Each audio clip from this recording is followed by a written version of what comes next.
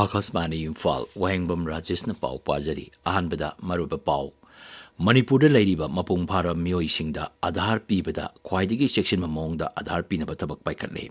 Security force na Manipuri thi humgi tabak chathabada tongan tonganba lalorup singi mioi ahum phare amasung Himachal Pradesh na nongga mari leinaba thokdok tangarang mioi manga sikibaga loinana hauji phobada mioi yankai mathoi leikidre.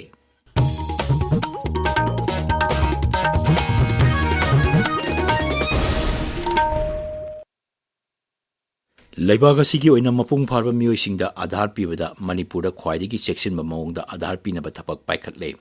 Rajyagi Commissioner cum Secretary Home and Ashok Kumar na thopa cherol amada hai thaurang asi Ministry of Home Affairs amasung Unique Identification Authority of India UDI gi guideline matungina semgadabani. Aadhaar piba matamda mioi adu mahaki application adu kupna yenglaba matung pibagi thabak chathagani hari. Imphal Labor Rajbhavan da pangthopa awang mathaki mifam amada Rajyapal Ajay Kumar Balana Aadhaar enroll toba update toba amasung masiga mari leneba thabak thoram sing nahongnana yengsingki mifam maduda Chief Secretary Home Department gi senior official sing UDI Social Welfare amasung Education Vibhag ki official sing saruk yaki Cheroludun hai mapung pharba mioi singda Aadhaar piba matamda Special Secretary Home gi office ki state headquarter gi thakta ayaba piraba matung Aadhaar piba gi thabak chathagani mifam maduda saruk yakiba UDI gi official aman hai Manipur da mapung pharba mioi singda Aadhaar piba gi niyom asi lebak asi gi oina khwaidagi checksin mamong dani Aadhaar piba matamda security amasung masigi integrity ngakna chatnabagi damak biometric amasung biography data tangai phade Sahi mangadagi tare phawgi manungda leiba angangsing mandatory biometric updation MBU1 amasung sahi tara manga suraba matamda mandatory biometric updation MBU2 asi Aadhaar active oina thamnabagi damak yamna tangai phade Rajya sigi sing amasung tampaki jila singda ain kaiba pamdaba thodok sing thoktanaba security force ki maikaidagi lepa leitana sexual thorang sing makhatana lokali security force na thi humgi thabak chathabada tongan ba ain na thingraba lalorup singi mioi sing yauna khujuklai kya phagat pangamle Police ki paun hai Thobal jila gi charangpar mamang laikai gi mafam singda security force na thi humgi thabak chathabada ain na thingraba laloglup prepak pro gi active cadre ama phare mioi asi Thobal gi tongan ba mafam singda misam miam digi namduna sel khaiba amadi sel khongpa yauna ain kaiba thong sing chathabada chenaba mioi ni asdegi high exclusive hand grenade ama mobile phone ama sim card ama amasung amuba machu gi motorcycle ama phagat pangamle hari Thobal jilagi Lerong Tel Pitra area degi security force na mamang thagi kumapanda KCP PWG gi mioi ama phare mioi asi misam miam degi namdana sel khaiba sem khongatpa amasung loop asigi anoba cadre sing recruit tobra chenaba mioi ni mangon degi sim card ani yawba mobile phone ama ATM card ahum PAN card ama Aadhaar amasung license yauna sel khara phagat pangamki Amarom da mamang thagi tang kuntra da Imphal East Jiragi Kurai Kongpal Thobantong area dagi UNLF Pambai gi active cadre ama phare mio asi lamgi chetnaba nupi singi mayok chataba crime loan gi sempam sing khongkapna chingba casing aina yadaba mongda wairosin puraknaba honabada chenaba mioi asigi registration number yaudaba chaka mari pamba gari ama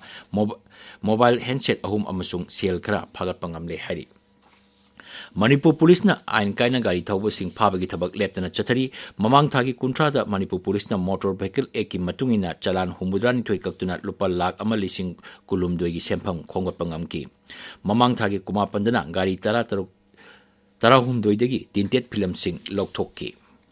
Humudra taruk suba ban mahosop lising ani kun mga ngarang Manipur gi mafam kya da paksa na pangthoknage Kamjong jila gi district headquarters zu palan thorom masi pangthokki thorom da chief conservator of forest Gaithauliu Thamai DC Rangnamai Rangpeter SP Ningsem Basum saruk yaki thorongi saruk amoina uchara kya marum thaki tabiriba pawasi Akasbani Imphal degini Himachal Pradesh tan nongga mari lenba thokdok tangarang mioi manga sikhi baga loinana aujik phawbada mioi yankai mathoi leikidre thokdok sing asida mioi chama ahum asok apan nangki mioi kuma thoina thiba khangdana leiri Med Bibangna Tasigi Tare Pauba, Rajadugi Mapang Kada Akan Nong Chugani Hari. Mandi Zilla the Nong Ka Hena Chubadigi, Kango the Torpa Ising Isauna, Mui Manga Siki, Mui Tara Manga Tiba Kangdan Lady. Mukhyamantri Sukhbinder Singhna Thogdok Asiga Mari Lena, Mui Kya Laikidaba Amadi, Malsang Mankiba Asidan Nuaitaba Pongdorli.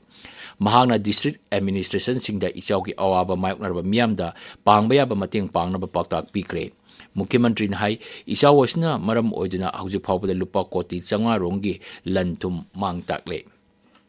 State Emergency Operations Center ki report matungina Lambi Chamri Taruk Mai Transformer Lising of Changaya Taramanga Amasung Water Supply Scheme Sama Humudra Matoi Ising Isawasina Amangata Tohle.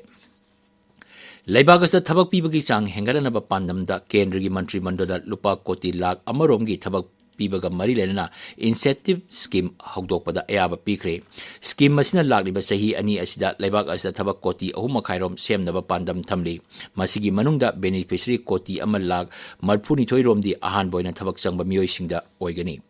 Hariba Scheme Masi Sahi Asigi Agas Amadegi English Singani Kuntariki July Kuntra Paubada Kuntra Matoi Paubada Tabak Piba Mioisingda Chanagani. Scheme Masina Tabak Hen Pinanaba Ponging Togopagalona Lam Kudimakta Social Security Maruina Manufacturing Lamda Ahenba Miang Tamlagani. Ngasi Fomba Pausi Singi Maroi Pausingi Dama Hausi Khaidem Geetchandra Lere Geetchandra. Thagzari Rajesh Pogakchau Ikai Pauba Chatke Haiba Yakidaba Togdoka Mari Lenana MP Bimol na Pongdokiba Wafam. Su extension ga mari lainaba pawgaw na tongan ba pawsing nga si Manipur do phongba pawse sing han balamaida maruiba pawsing oina phongnari pawsing si tongan ba mong da headline tawduna sanga express Manipuri amasung English edition pongna form People's Chronicle nahrol gi tawda sana laiba huyalan pawm sung Manipur mail pawse sing asida phongnari kuki sing su makha sangdok pa pamdrabara Jingda Security Force like Lakeba Kulaising, Lakut Gadori Haiba Pauna, Sanga Express Manipuri edition ge, Ahan headline Toduna Fongli. Pawsi Tongan Bamong the headline Toduna Sanga Express English edition the show, Ahan headline Todi. Manipur Manunda Purupta Yumpam Oiba, Ngam Kaigila Ising Basi, Miamna Yaroi Davini Haina, MP Bimol na Pongdoki Wapam, Pongdopam Pawsi, Ahan headline Toduna Fongli. Pawsi People's Chronicle da Tongan Bamong the banner headline Toduna Fongli. Ising the low yaba mission potokre have a pow, Mapip Council gi Kunmanga Suba Foundation de Pangtokiba, Toram Aduda Sunil Karamna, Union Home Minister na Achumba Nganglak Pumatamda, Warushin Purakani Haina Pongdokiba, Pongdopam Pausig Hanbalamaida, Maruba Pow in a Fongli.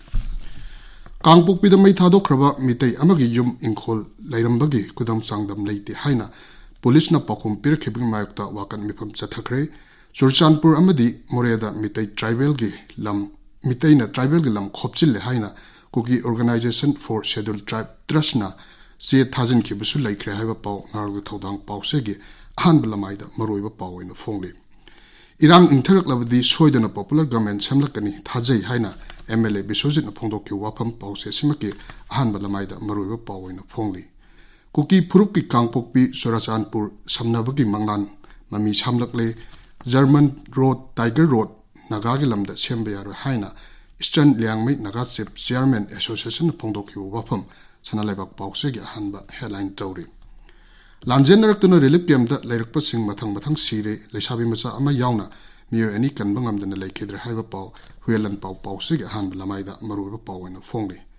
Ban Mahasoki Toram Pangtok Gi Pau, Manipur Melki Han Lamaida, Maruba Pau in a Pongli, Pausi Ganpu Melda, None District. Kumji Part 3 da None Forest Division na Sindana, Humputara Trukshuba, Ban Masok with Toram Pangtokre Haina Pongli.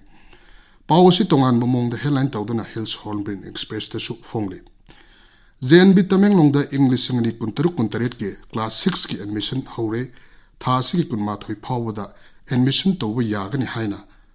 Haiba Paw, Tamelong Times ki, Ahan Balamaida, Maruba Paw in Fongli, Rajesh. Thagachari Geetchandra. Aroibada Maruba Pau, Manipur Lady Mapung Parva Muising the Adhar Pibada, Manipur Quaidigi section among the Adhar Pinaba Tabak by Katle. Security Force na Manipur Ti Humbi Tabak Chatabada, Tongan Tonganba, Lalup Singi Om Pare, Amasung, Himachal Pradesh and Nonga Marilena Batogdokta, Narang Mio Mangasi Kibagaluna, Housing Power the Mu Yankai Matoi Lake Dre, Paulo Jere.